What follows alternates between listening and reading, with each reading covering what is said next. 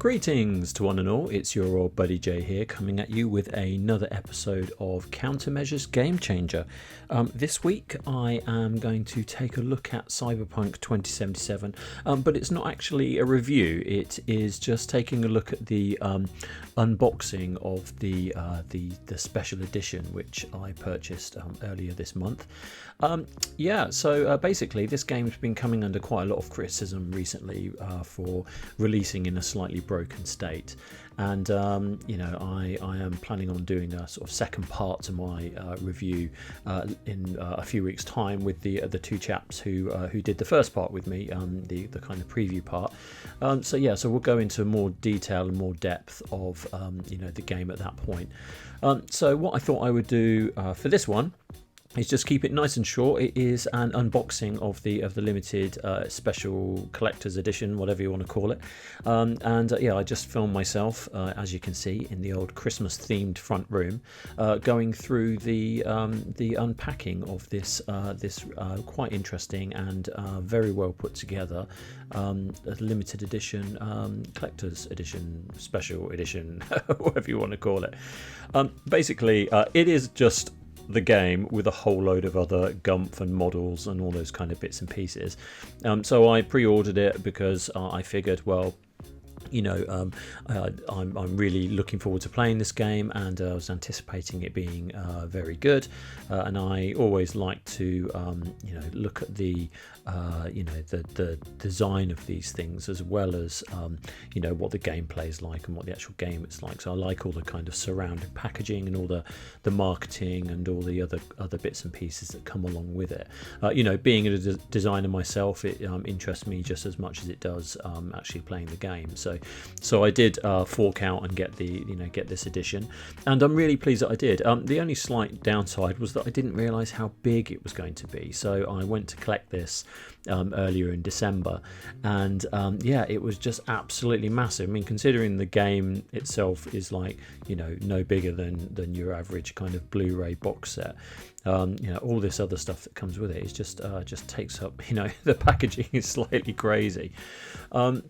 So just a quick brief backpedal for a second. So Cyberpunk 27 is a 2020 action role-playing video game, and the story takes place in Night City. So it's all set in the future, and it's all to do with kind of augmented sci-fi reality and all this kind of stuff. So a lot of the branding and the packaging and the promotional marketing materials have obviously reflected this kind of dystopian futuristic world. So this collector's edition is no stranger to doing that also. So as you can see, it comes in this very large box with a slipcase and then a larger section that kind of comes off the top, and then you get to the box and then you open that up and there's a this kind of smaller shoebox inside that I'm just looking at here, and then there's the other sort of larger piece of polystyrene that holds the large model that comes with it. I must say off the bat, the quality of this game is, this box set is really, really good. I never really kind of got too much into collector's editions and things like that, but this year I must say there have been a few. So the Division 2 was a really good one, had a great model. The Last of Us 2 I did an unboxing for earlier this year, and again the quality of that was good. It wasn't as good as this. I would say this is probably the best collector's edition I've had the pleasure to sort of unbox and take to pieces. And as you can see, I'm obviously struggling just here, but I think the quality and the finish on all of this is quite amazing, actually, considering they could cut corners left, right and centre and still flog it for the same amount. I actually used up a whole load of membership points and things from the place that I got this, so it wasn't that expensive, but I believe brand new, booking it off the shelf, it is about £220, I believe. So that includes the game, obviously includes all this other stuff. As you can see on the left there, I think they've got the signatures. I'm guessing that must be the majority of the people that worked on the game itself. It's been a long time game coming. I believe this game was put together by CD Projekt Red, and I believe that it's been in production for around 7 years. So that is an awfully long time for the game, for a game to be worked on.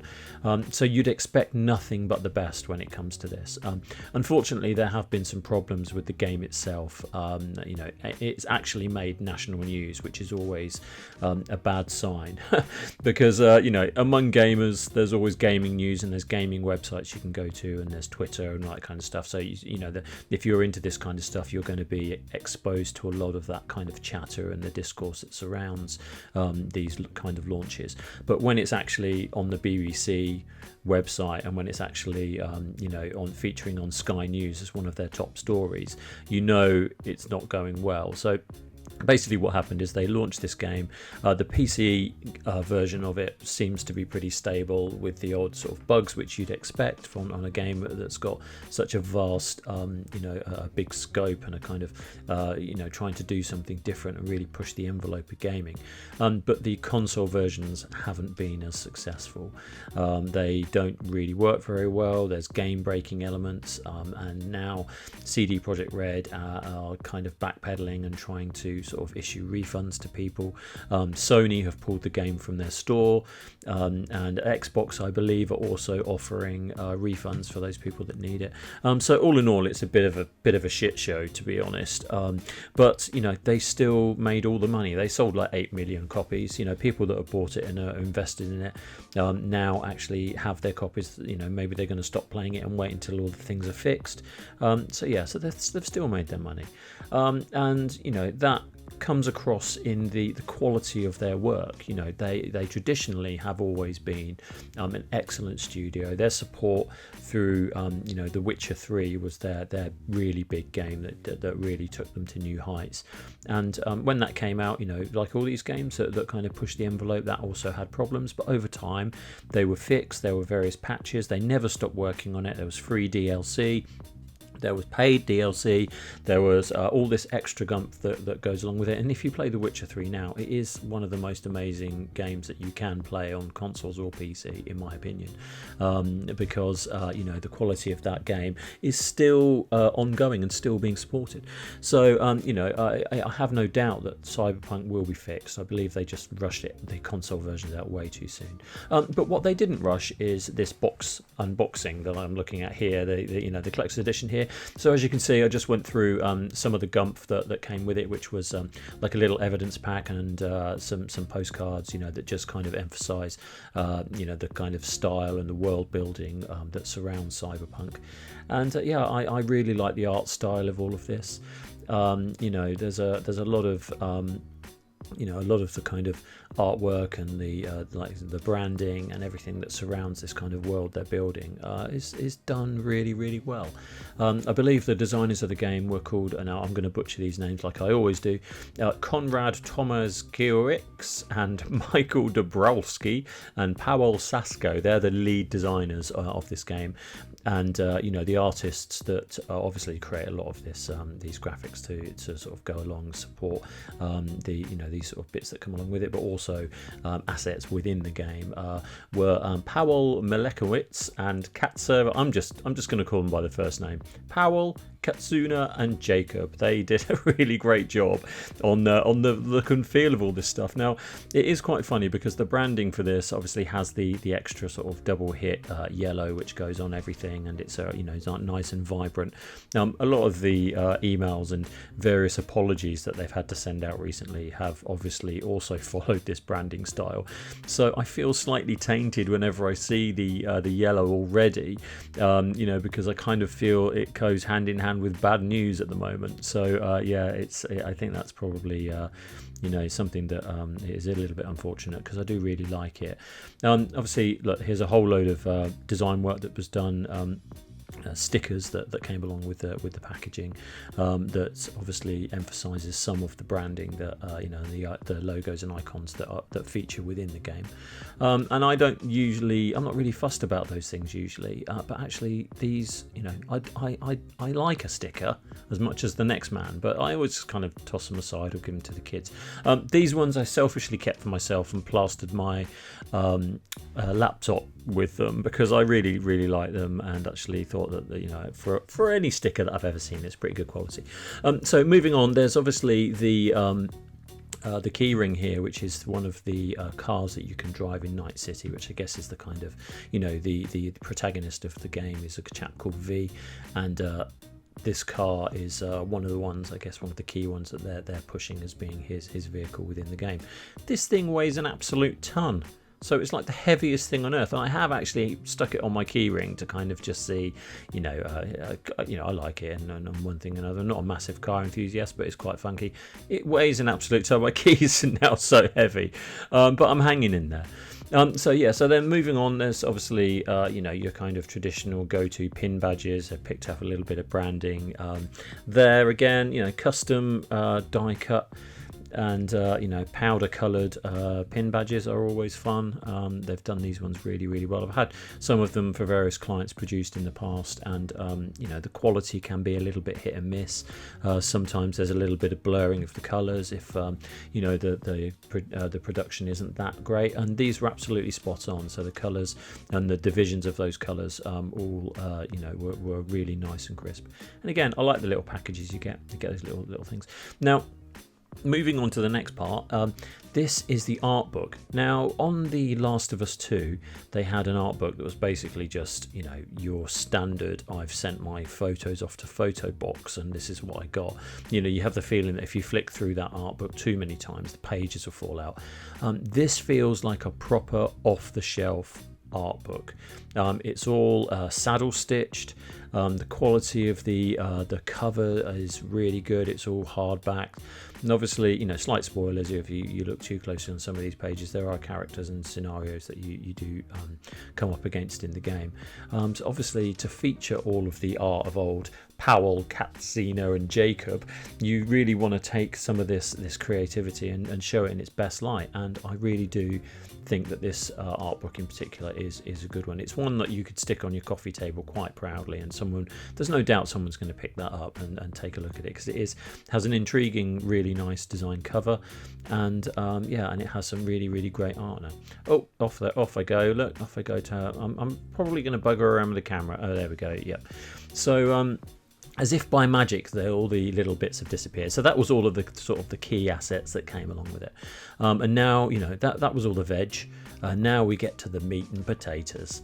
So this is the large piece of polystyrene that normally is just an old crappy bit of polystyrene, but they actually have debossed Cyberpunk 2077 in, which isn't cheap.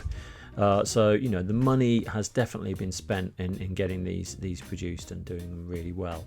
And I did really think that they've done a really good job with the packaging of all of this overall. I mean, the majority of it is all kind of a silk stock, so it's not kind of matte finishes or anything like that. It's all nice silk stock, not too glossy, so it feels like they've considered the papers and the weights and the card, etc.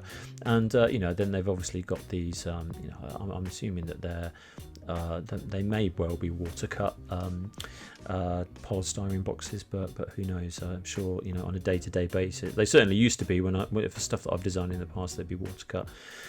So this is again your main protagonist. This is V in one of his poses. He's that's the character there, and that's the base. Again, this didn't feel like like the Last of Us 2 model that I took out. It felt a little bit cheap. Like some of the finishing on it wasn't that great. Ellie didn't look quite right. They hadn't quite got the kind of the feel of the character right. Even though from a distance the Last of Us 2 model did look quite good. This one for Cyberpunk here is, the quality is just on another level. The finishing and the detail is just really cool. You know, they've got the kind of takeaway boxes scattered on the floor. They've got like a little, you know, if I can actually put it on screen. Yep, they've got like a little backpack hanging on one of the railings there that's got sort of, again, sort of a little bunny detail. Then you get this really awesome motorcycle, which is just crashing into one of the baddies. He's obviously half dropping his one of his takeaway boxes there, and I just think like the quality of the model is incredible. It's all put. It's not one piece. It's all been kind of pulled together from various bits and pieces, and also someone has spent the time to put all of these stickers and decals on the model, and they're not wonky or pissed. You know some of these things you get, they're churning out hundreds and hundreds of the little buggers, and you get some of these things and it's just like the quality is just not there. This really has a super attention to detail. So then you've got V here in his outfit. Again, he's not one piece. He has several different parts that have all been put together with him. So his jacket feels like it's not actually part of his body, that he's wearing it. He's got his one gun slung over his shoulder. Again, that's a separate piece from the guns that are then fixed into his hands. So the quality and the design that has gone into this, it's been really thought through very well. So as far as the quality of this goes, I do think they've done an excellent job. I really like all the packaging for it. I like all the models. I like all the assets that came along with it. I think they've done a really good job of giving you something a little bit extra as well as the game itself. So for that reason, for this collector's edition, I have to give it a 10 out of 10. I'm giving it a lot of 10s at the moment, but that is I'm just being blown away by the quality of some of this. Some of the things that are being produced. But at the moment, if I have to give the game a figure, the game itself is very good, but I would probably give it a 6 until they fix all the bits with it, and I mean then it has to be a 10. And that's a mark I think that will only improve over time, and I have faith that CD Projekt Red will actually do that, and bring it up to scratch and give it, do it justice, do it the justice it deserves. So that's it. That's my amazing unboxing. I think this is my second unboxing ever, so I hope you enjoyed it if you lasted this long. And all that's left to say is, Merry Christmas, Happy Holidays, season's greetings, and a Happy New Year. And be good, stay safe, and be kind to one another. Cheers.